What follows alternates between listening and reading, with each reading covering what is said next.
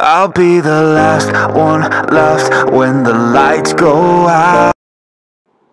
Hello everyone, আমি শুভ্রজিৎ। তো আজকে আমি একটা কন্নাডা ছবি রিভিউ করব। তো সেই ছবির নাম হচ্ছে কেস অফ কোন্ডানা, ডিরেক্টর দেবী প্রসাদ শেট্টি। আর এটা লিড কাস্টে রয়েছেন বিজয় রাঘবেন্দ্র, খুশি রবি, ভাবনা মেনন, আরও অনেকেই। তো এটি বেসিক্যালি একটি হাইপারলিঙ্ক সিনেমা। এখন হাইপারলিঙ্ক সিনেমাটা কি? হাইপারলিঙ্ক সিনেমা এমন ধরনের সিনেমা যেখানে ধরুন মানে 4-5টা ক্যারেক্টার বা ধরুন 3-4টে আলাদা গল্প, সেগুলো আর কি কী করে ইন্টারলিঙ্ক করে বা এই ক্যারেক্টার্সগুলো কীভাবে আর কি ইন্টারলিঙ্ক বা ইন্টারকানেক্ট করে, সিনেমা পরের দিকে তারা আর কি লাস্টে কীভাবে মেলে। তো এই ধরনের সিনেমাকে আর কি অ্যাকচুয়ালি হাইপারলিঙ্ক সিনেমা বলে। তো তার একটা খুব ভালো এক্সাম্পল হচ্ছে লাইফ ইন আ মেট্রো, যেটা অনুরাগ বাসু করেছিলেন। সেখানেও 3-4টে আলাদা আলাদা ক্যারেক্টার্স ছিল, তাদের আলাদা আলাদা স্টোরিজ ছিল। তো তারা কিভাবে আর কি অ্যাট লাস্ট ইন্টারকানেক্ট করলো, তো সেটা আমরা আর কি ওই সিনেমা থেকে বুঝতে পারি। তো এই ধরনের সিনেমাকে অ্যাকচুয়ালি হাইপারলিঙ্ক সিনেমা বলে। তাছাড়া আরও এক্সাম্পলস রয়েছে সালামে ইশক বা লোকেশ কানাগরাজের সিনেমা মানাগরম, ওটাও। তো ঠিক তেমনি এটাও কিন্তু একটা হাইপারলিঙ্ক সিনেমা। তো এবারে আর কি ছবিটা আমার কেমন লাগলো, তো দেখুন বেসিক্যালি এটা একটা খুবই ভালো সিনেমা হয়েছে। তো এটা এখন অ্যামাজন প্রাইম ভিডিওতে অ্যাভেলেবল রয়েছে। তো এই ছবিটা আপনারা কি অবশ্যই চেক আউট করতে পারেন। তো এই ছবির আর কি স্টোরি এবারে কিছুটা বলি। সেটা হচ্ছে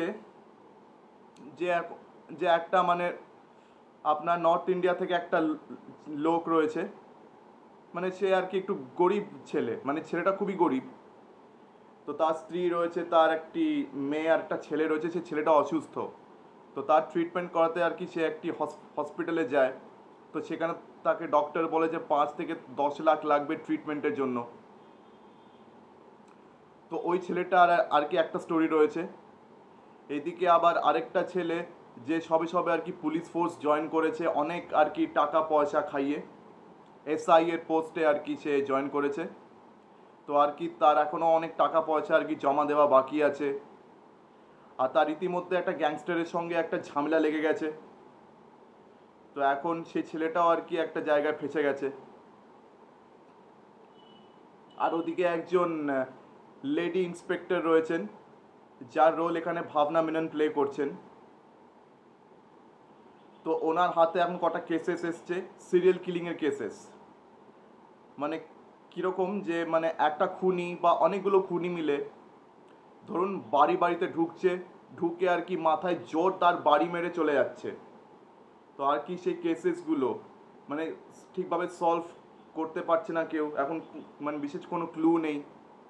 এখন তারা শুধু গেস করছে যে হয় এই গ্যাং বা ওই গ্যাং, ওই গ্যাংস্টারের গ্যাং বা সেই গ্যাংস্টারের গ্যাং। এখন তারা এভাবে সন্দেহ করছে আর কি। তো এই গেল 3টে গল্প। আর যতটা আর কি স্টোরি এগোয়, তত আর কি গল্প আরও কনভলিউট হয়, তত আর কি এইসব ক্যারেক্টার্সের জীবনে আরও অনেক প্রবলেমস দেখা দেয়। তো এগুলো নিয়ে আর কি খুব একটা ডিটেলসে এখানে তো মানে বলতে পারবো না, বললে আর কি স্পয়লার দেওয়ার মতন বড় সমান হয়ে যাবে। তবে যতটা গল্প এগোবে তত কিন্তু মানে আরও বেশি এনগেজিং হবে। আমরা এটা দেখতে পারি যে তাদের জীবনে আর কত রকম কষ্ট আসছে, ওই মেল পুলিশ অফিসারের ক্ষেত্রেও বিশেষ করে যখন তার আর কি সে গ্যাংস্টারের সঙ্গে আর কি ফেস অফ হয়। সে আবার ওই ডক্টর সাহেবা, যার কথা আগে বলছি, যে ডক্টর সাহেবার রোলটা আর কি এখানে প্লে করছে খুশি রবি, যে আর কি ওই গরিব ছেলেটার আর কি তার ছেলের আর কি ট্রিটমেন্ট করছেন সেই ডক্টর। তো তার সঙ্গে আর কি সেই ছেলেটা আর কি প্রেম সম্বন্ধ চলছে। ওদিকে খুশি রবির যিনি বাবা হয়েছেন, উনি আবার ওদের প্রেম সম্বন্ধকে আর কি অ্যাকসেপ্ট করতে রাজি নন। তো ওই একটা সমস্যা তার রয়েছে। তারপরে আর কি তার অনেক পয়সা আর কি চোকানো বাকি রয়েছে, যেটা আর কি ঘুষে আর কি তার দেওয়া বাকি ফর এসআই পোস্ট। তো তার সমস্যা রয়েছে, ওই মেয়েটির জীবনে এখন সমস্যা রয়েছে। ওদিকে ভাবনা মেনন, যে আর কি মানে লিড যে পুলিশ অফিসার, সে আর কি তার হাতে অনেকগুলো কেসেস, সেগুলোকে ইনভেস্টিগেট করার ব্যাপারে অনেক আর কি গলদ রয়েছে। তো এইভাবে আর কি কেসেসগুলো মানে গল্পগুলো আর কি ইন্টারকানেক্ট হচ্ছে যতদূর আমরা আর কি দেখি, যতদূর আর কি সিনেমা গড়াচ্ছে। কিন্তু এখন এর থেকে খুব বেশি আর কি বলা যাবে না। এখন বাকি ব্যাপার জানতে গেলে আপনাকে সিনেমাটি দেখতে হবে। তো এখানে আর কি মানে টেনশন পয়েন্টস কিন্তু খুব ভালোভাবে এস্টাবলিশ করা হয়েছে। মানে হাইপারলিঙ্ক সিনেমার জন্য কি লাগে সেটা হচ্ছে ব্রিলিয়েন্ট রাইটিং, মানে স্ক্রিন প্লেটা খুব ভালো করে আর কি লিখতে হয়, কেন অনেক থ্রিল এলিমেন্টস সেখানে সেট করা রয়েছে, কিছু আর কি ছোটোখাটো টুইস্টসও রয়েছে, আর ক্যারেক্টারের লাইফসে কীরকম টেনশন আসছে, কীরকম অসুবিধে আসছে, তো এই মোমেন্টসগুলো কিন্তু এই সিনেমাতে খুব ভালোভাবে এস্টাবলিশড হয়েছে।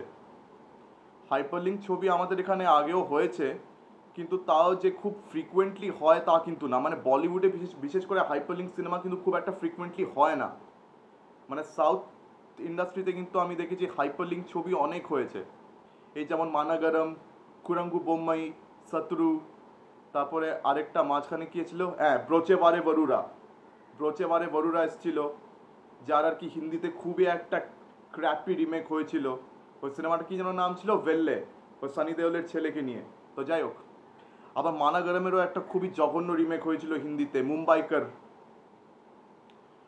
তো যাই হোক, কেস অফ কোন্ডানা এটাও কিন্তু একটা খুবই ভালো একটা হাইপারলিঙ্ক সিনেমা হয়েছে, কেননা আমরা ক্যারেক্টার্সের মধ্যে অনেক ডাইলেমা দেখতে পাচ্ছি, অনেক প্রবলেমস দেখতে পাচ্ছি, তাছাড়া কিছুটা করাপশনও দেখতে পাচ্ছি, সিরিয়াল কিলিংয়ের অ্যাঙ্গেল রয়েছে। তো এই সব কিছু মিলে আর কি এই গোটা সিনেমাটি দাঁড়িয়েছে।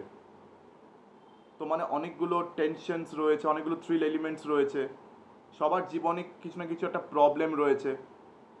বিশেষ করে ওই গরিব ছেলেটার জীবনেও, যে আর কি নর্থ ইন্ডিয়া থেকে এসছে, কিন্তু সে আর কি 5 থেকে 10 লাখ সে জোগাড় করতে পারছে না। তার তো একটা ফুচকার দোকান, না ফুচকার দোকান, তার ছেলে অসুস্থ, সে কি করে তার ছেলেকে বাঁচাবে। ওদিকে মেল পুলিশ অফিসারটা, সে গ্যাংস্টারের সঙ্গে ঝামেলা করতে গিয়ে একটা ঝামেলায় ফেসে গেছে এবারে, তার উপরে তাকে অনেক টাকা আর কি চুকোতে হবে, ঘুষের টাকা। তো তার উপরে এতগুলো খুন হচ্ছে, এখন সে লেডি অফিসার কি করে সেই খুনগুলো আর কি এবারে সলভ করবেন। তার উপরে ওই যে ছেলেটার কথা বললাম যে পুলিশ অফিসার, তার প্রেমের আর কি এবারে কি হবে তার প্রেম সম্বন্ধের। তো আর কি এতগুলো টেনশনস রয়েছে, যতদূর গল্প এগোচ্ছে, আগেই বলেছি আরও অনেকগুলো টেনশনস ক্রিয়েট হচ্ছে। তো প্রত্যেকের পারফরমেন্সেস খুবই ভালো হয়েছে, পারফরমেন্সেস খুবই কনভিন্সিং হয়েছে।